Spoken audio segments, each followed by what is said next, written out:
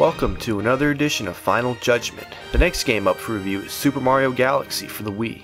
Nintendo has purported this game to be the first worthy successor to Mario 64. So is it worthy? Well, let's find out. Let's begin with the plot. Any Mario fan should already guess what the basic plot is. Once again, Bowser has kidnapped Peach. Well, actually, he takes the whole freaking castle.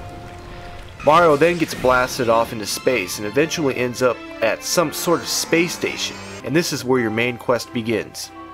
At first, the space station is underpowered and you need 60 stars in order to travel to the center of the universe so that you can rescue your special one. In order to get stars, you must travel throughout the universe to various galaxies where you typically fly from planet to planet, and eventually you will obtain your prize stars. As you collect more stars, more galaxies will be accessible, including enemy bases that contain grand stars that are in dire need of liberation. With grand stars, you can power more areas of the space station, unlocking more regions containing even more galaxies. Each galaxy typically starts with 1 to 3 stars. Galaxies starting with 3 stars typically have one hidden star and another unlockable star you can get by completing a certain challenge, which can involve anything from a speed run, a no-hit run rematch of a boss, or racing a dark clone of yourself. Eventually you will rescue Luigi, who will go on his own to find more stars, but will get stuck on the way and you will have to find him to obtain the star. So what do you actually do during your quests? Well, the same stuff you've been doing for the past 20 years and then some. You do the traditional stuff like jumping on enemies, pounding boxes, and collecting coins, and in addition, you collect star bits, which serve a multitude of purposes, such as feeding Lumas to gain access to new areas, and awarding extra lives when you accumulate a certain amount. Furthermore, you can point at enemies with your Wiimote and shoot them with a star bit, stunning them. Another way to stun enemies is to swing your Wiimote, which causes Mario to spin, which in turn will knock over many enemies, leaving them vulnerable.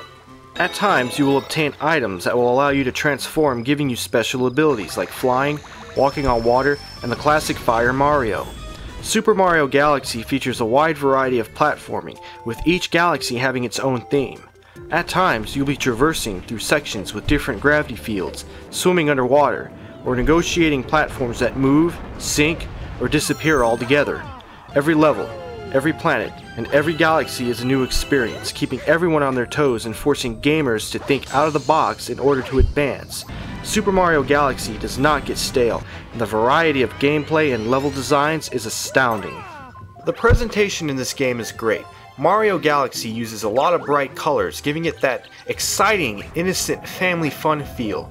The soundtrack features new music as well as remixes of old tracks from previous installments, which many classic gamers will appreciate.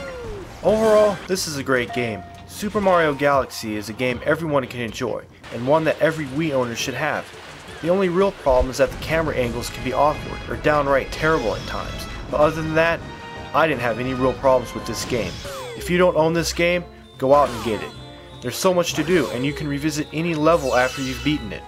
With 60 stars to beat the game and 120 to unlock a secret world, this game will keep you entertained for hours.